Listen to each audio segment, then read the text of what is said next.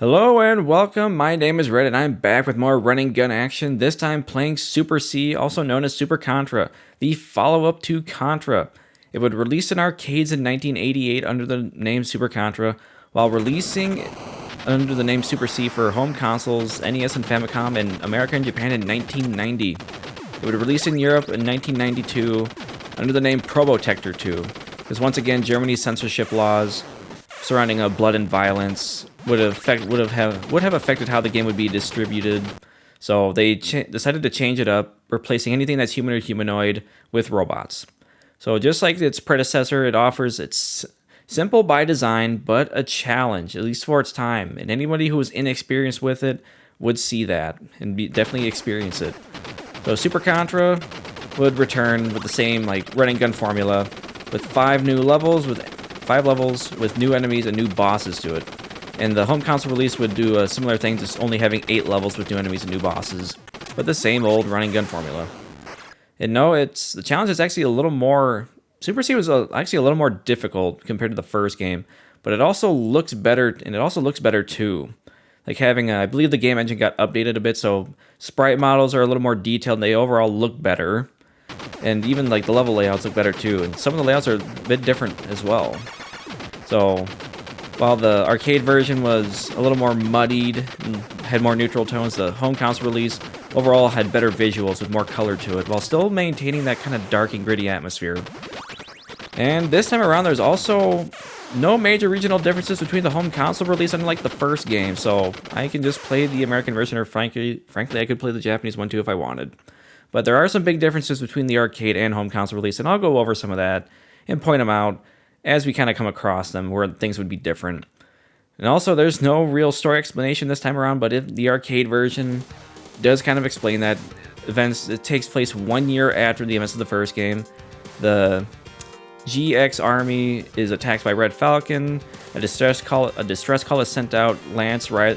Oh my god. Bill Reiser and Lance Bean are sent in to investigate, and while they discover the aliens are back, so they gotta shoot them up again. But anyways, before I get started, I will just explain I am not going for a no-death run. I doubt I will pull it off. This one always gave me a little bit of trouble, and it still kind of does to this day. But anyways, let's get to it. And one difference we can see as we start, areas are not labeled, and the transport chopper is actually going to be different in the European version. Not that it really makes much of a difference, but as I said, the game reuses assets. So we have our same weapons, our normal rounds, machine gun, laser gun, fire gun, and spread gun, and rapid fire and barrier as well. And already we can already see a big difference compared to how the first game was. You wouldn't encounter enemies running up behind you until about stage 5, relatively, because I guess you could say stage 3, but yeah. But nope. If enemies come at you from everywhere now, you have slopes now that can affect how.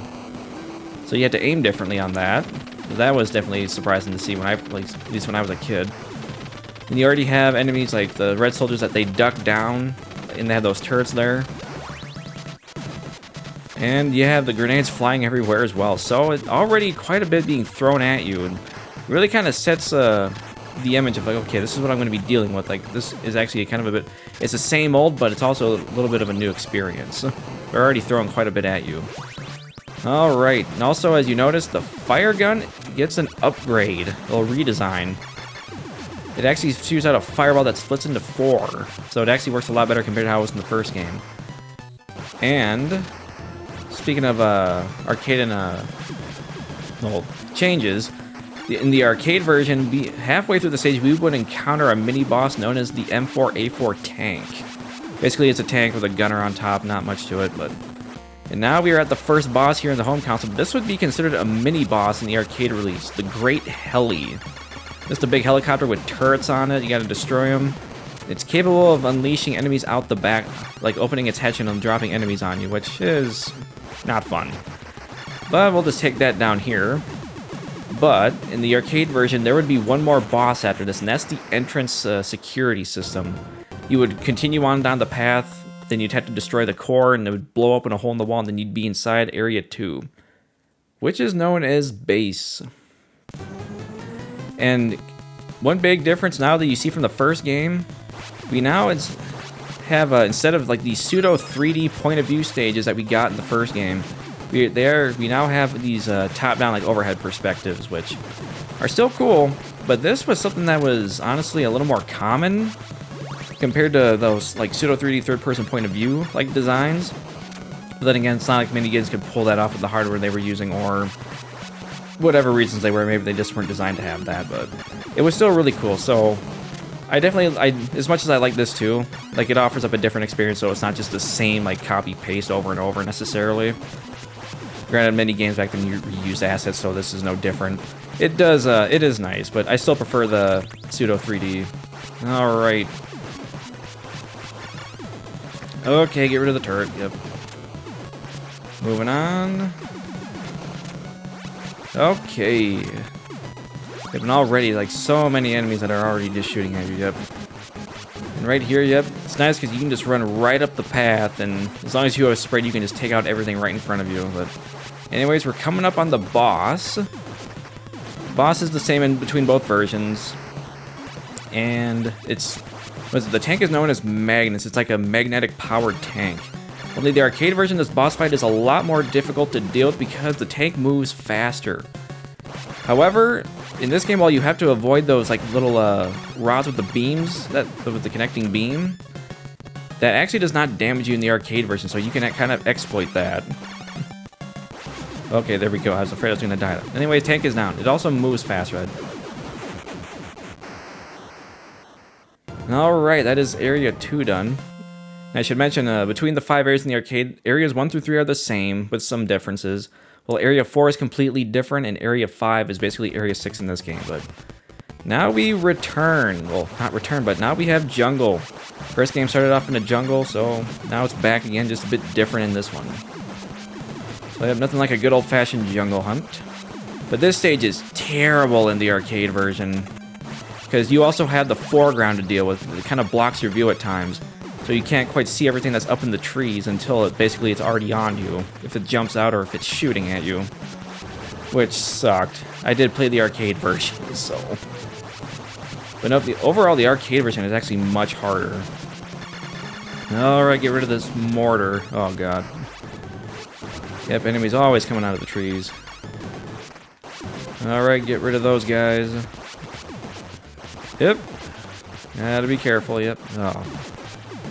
Yep, no, once you know the patterns, you can easily deal with everything. Once you know the layouts. And of course, you can duck in the water if you want to remain safe, if you're going to get hit. But usually, it's always just keep running and gunning. And speaking of running and gunning, this game actually, Super C had more of an emphasis, well, both versions, more emphasis on running and gunning than they did on platforming, unlike the first game, which had like a mix of both. So, yeah, it's a little more intense, action-wise. Alright, at this point, we would be coming up on the actual boss, which is not the same as it was in a... Well, right here, we're coming up on a mini-boss. Oh, here comes the 6-cannon mobile Spidle. It's basically a mobile spider machine. I believe it's called Spidle. It's yeah, big mechanical spider machine with 6 cannons on it. This is a mini-boss in this game. It is not in the arcade game. You would come up right on the boss, which is actually not even the boss. It's a recurring... Well, it's a boss you don't see until Area 7. So its name is Death Gerbus, but we'll show that off when we get to Area 7. This time around, we have a boss that is exclusive here to the home console release. Well, that we're coming up on, but also this segment that is not in the Super Contra, the arcade version. Basically this area where the ground quakes and everything is collapsing out from under you. Gotta be careful. This really caught me by surprise the first time I encountered it, because you can't tell how far some things are going to go down or how far they're going to drop. And when they do start dropping, you land on that, you really have no control. Oh my god. Shots everywhere. Alright, now we have the actual boss of this stage, known as the Fortress Wall Sensory. The names are different depending on the region. But then again, it's not like people went without the sounds for so long. You usually had to read about it, but... Anyways, it's got like 4 these round little mobile turret things that move around that you gotta shoot at and destroy, and its core is right in the center. Anyways, let's take it out here quick. There we go. Nothing to it. Ugh. Alright. Now at this point, level 4 in this game is completely different from how it is in the arcade version. No, it's... Level 4 in the arcade version looks more alien. And I believe it goes by the name, if I remember right, Catacombs. Well, this one we are in was known as what is known as the security tower. Like, we're just running down the hallway, you gotta avoid the bubble. Oh, shots. Bubbles of death. Bubbles are bad for your health. Alright, moving on. Yeah, at this point, yeah, oh my god, red soldiers are everywhere. You start seeing more of the red soldiers on foot. And right here, just gotta be careful. Because when you shoot those canisters, they drop, they explode, they will hit you. Because once again, we still die in one hit, and we have a limited number of lives, and continues. I mean, we may respawn right where we died at, but when you have to continue and you run out of lives, you have to restart the stage. I am not jumping. Yep. Yeah, get out of the way. Oh, that part's always a little nerve-wracking. You gotta stand in just the right spots and hope you don't start firing too much. Alright. Elevator going up. I'll take the rapid. I want to keep spread. That is my friend. Frankly, all weapons can be used, and I mentioned that when I was playing through the first Contra. It just depends on how you use it, but yes, many weapons are better than others, so... Spread is definitely the most common one used. Oh my god, I got concerned for a second. But... Okay, it's slowly moving on up. But no, it's... Super C, what the heck? Okay, there we go. Thought something looked funny for a second. No, I was actually really impressed with the stage when I first got to it. Contra was always one of those games, both this and both Contra and Super C, excuse me. It's not something I just got good at real quick. It actually took quite a bit of time, but whenever I did make the progress, I was so happy. Alright. There's another spread there if I need it. Oh, those turrets are terrible.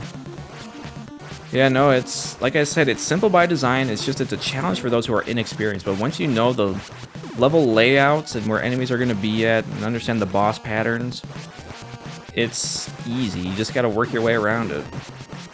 But most of the time I make mistakes because I just start getting reckless. I start trying to be too quick or fancy with how I'm playing. And it usually ends up costing me bubbles.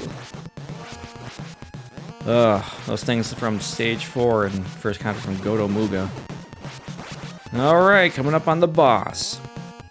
Area 4 boss here on the home console is known as the Laser Chandelier. It really does look like a chandelier, but I wouldn't call those lasers. They're more like spikes. But you just gotta destroy all of them in order to defeat the boss. Spread makes this so much easier. Alright, getting there. 2 left. 1 left. There we go. Laser Chandelier is destroyed. And that does it for Area 4 Security Tower.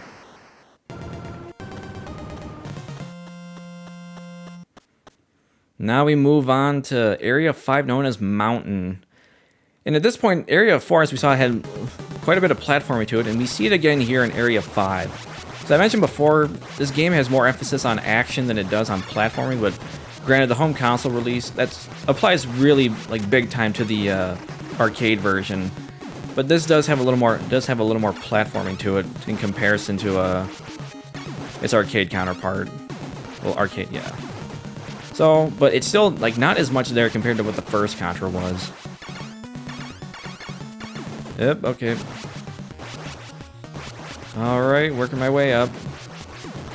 But no, as you can see, everything is just so colorful. Like especially, I mean, I'll have some pictures up in the arcade version so to show off. But yeah, it's much different in terms of like its overall color use and tone and everything. But it's still, even this game is still pretty dark for compared to how the first Contra was. And it really gives off that sense, considering, yeah, Red Falcon is back and things are like still like it's back. Earth is being invaded. Things are dangerous again. This time, Red Falcon has a whole new slew of aliens to throw at you. And right there, I know the first time I played in this stage, I got hit by that falling rock that shows up as soon as the screen scrolls up vertically. Yep, now we are coming up on the boss, actually. And well, even this level is actually not present in the arcade version, I should mention that. We were coming up on the Area 5 boss, which is actually a mini-boss that appears in Area 4 in the arcade version. I'll show that off once I get to it. Okay. Here we go, coming up on it. It's known as the alien hovercraft, but also goes by the name of Giralal. Basically this big hovercraft with its weak points right in the middle. It spews these skulls out at you, as well as these little homing, what do you call it? Like little homing orbs. Oh, I thought I was gonna get hit there for a second. There we go, it's dead. Oh, that was close. All right. Yeah, nope, that is a mid-boss in Area 4 in the arcade version model. In Area 4, the main boss is known as Metal Alien. And it looks like basically a big xenomorph with wings on it. So it's much different. Alright, this stage, Area 6. I believe it's called Breeding Ground? Yeah, Breeding Ground, yeah. Yeah, no, this would be the final area in the arcade version. And this is probably the level one of the levels that really shocked me the most. Because I was this right here. You got... Oh, come on. It was going so well. You got mouths that pop up out of the ground. Oh my god, okay. That hitbox is bigger than I thought it was. Okay, keep running, keep running, keep running. Almost out, almost out. Okay, I gotta get rid of these things. They're looking at me funny. Okay. Right there, that is... You gotta be so quick to react if they show up right under your feet. Oh god, oh shoot. Okay, okay, here we go. Here we go. Okay, got the... Oh, this part. I was scared. I was panicking the first time I encountered this as a kid. I'm alive. Shooting bugs. Okay. Well, there goes the no death run, as I figured it would happen. It's usually Area 6, if not the final area that will really get me. But alright, now we have Area 6 boss, like the alien Hydra, sometimes it goes by, also known as the suspicious face, because it's like 5 faces put together. However, you think it would be done, but it's not over yet. As the ground shakes, new face emerges. This is Emperor Demon Gava. So basically this big alien head. This would actually be the final boss right here of the arcade version. You just gotta fire at it. It has a snake that comes around, although it's a lot more difficult to deal with in the arcade version because it has 2 of those like alien snakes. But instead of it circling around you, it flings out from its arms. Alright, there we go. Area 6 is done, and right here the arcade version would be over. Now we move into Area 7, known as the Alien Nest. And this time we are working our way down instead of up or across. Alright, now you really start to see... I mean, earlier by stage 5 we saw signs of the alien showing up, and now we're seeing it's a lot more present now. Because compared to the first game, you saw Gromitus, the boss of Area 3, which was a big alien, but you wouldn't see anything alien-related again until Area 8. But no, you see it a lot earlier this time around. And I actually like that. Yeah, nope, it's... new aliens for us to throw, and you start seeing even, like, the foot soldiers or anything that was human is far more alien now. It's actually really cool detail. Alright. Here we go. Oh, these things are annoying to deal with. But yep, it's not so much in terms of laser. Do I want laser? I don't think I do. In terms of platforming, it's a little less platforming, although more on the home console compared to the arcade version, like I mentioned. But still, it's surprising. Now we gotta shoot all these cracked eggs in order to progress downwards, so... quite different. You usually don't see yourself working downwards in most platforms. You're working your way up or across. Oh, actually, I'm gonna go with Fireball this time around. Fireball is actually, like I said, it's pretty good in this, being how it was changed. Okay. This, oh my god, this takes so long sometimes. Laser is actually really good here if you want to get through it quickly, considering it hits multiple times, so it can go through like 2 eggs at once. Any day now. Get to the bottom. Okay. Oh my god. This is terrible. What was I thinking? I regret everything now. But we are coming up on spread, so I'm gonna have to get that. Oh god dang it. There goes the... Just gonna place... Oh, there goes the rapid. Can't get that. And now we have the alien eggs are back, and we have the return of the face huggers. Because once again, Super C, well, Contra is a series that draws heavily on Ridley Scott's Alien, and all the movies, frankly, but... Yeah, nope. Anything regarding the xenomorphs, like basically a lot of big 80s action movies like Rambo, Predator, and Alien, but Alien's the most prominent. The one that it really takes from. Okay, oh god, this section was so nerve-wracking because I remember coming into the stage, I lost my... I got hit and I lost a life, and I lost my weapon, so... Alright, now here we have the boss that I mentioned that was the boss of Area 3 in the Arcadeverse, and this is Death Gerbis. Death Gerbis? Something like that? Some big, like, alien statue thing that drops these, has these homing, alien orbs, and it drops, like, these little, blobs on you. Meanwhile, you just shoot the head. Definitely, it's really easy to deal with when you have spread. Okay. Should be dead here soon. I don't remember this thing taking so many hits, but it does. And this thing is actually a lot worse to deal with in the Arcadeverse. You could actually, as you shoot the core before you destroy it, it spews out aliens at you that crawl along the ground. While shooting the homing alien orbs at you and dropping the blobs. But alright, final area, known as the Catacombs. Although, alien breeding grounds in Area 6 in this game is actually known as Catacombs. While Area 4 in the arcade version is actually known as, what was it? I believe it went by the name, yeah, breeding grounds, I think. So, but now we actually see full-on, like, mutated, like, aliens, like, things that look like xenomorphs, basically, only they run on their legs instead of their, instead of, like, all fours.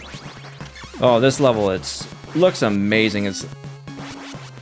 Honestly, oh shoot, and once again platforming. Oh, this is always my bane. It's always this stage. I need a weapon. Thank you. And I already know I'm gonna have trouble with another part coming up here. Oh my god. Oh, that was too close. And that's the problem with laser. It's does a lot of damage, it hits multiple times, but man, its rate of fire is very poor. Very poor compared to, how it is compared to, like, a lot of the other weapons. Oh, man.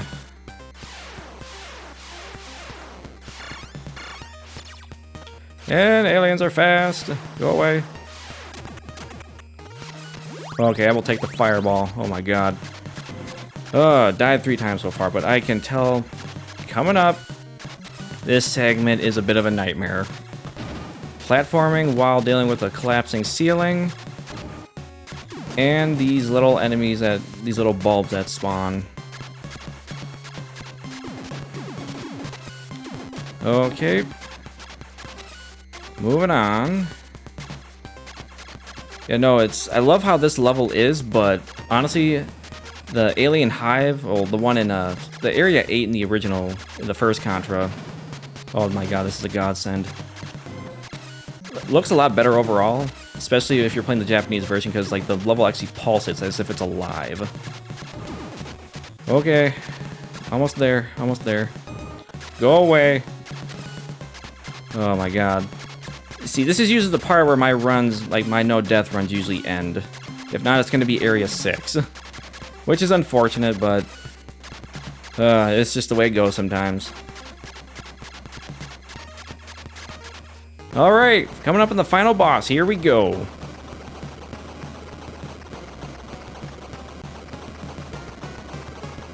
The boss known as Kimco.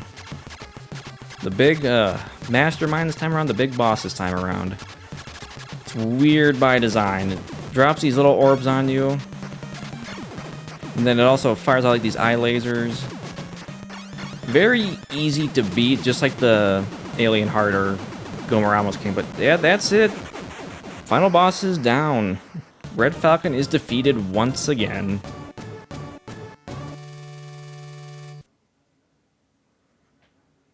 And there we go, we're just gone. Oh, achievement, okay. That's right, I didn't have it on this one. I'm playing this on PS5 for the Anniversary Collection, not the Switch, but... Alright, yep, that does it for Super C. It's same old run-and-gun action formula that the first Contra had, just with new visuals, new levels, new enemies, new bosses.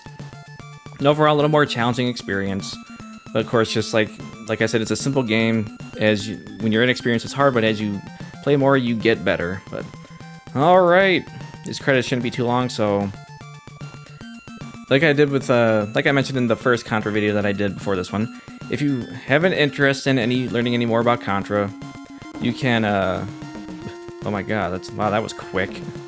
You can go to the Contra Encyclopedia, which has a plethora of, like, information on the games, like the entire legacy, regional differences, promotional media, merchandise, game information.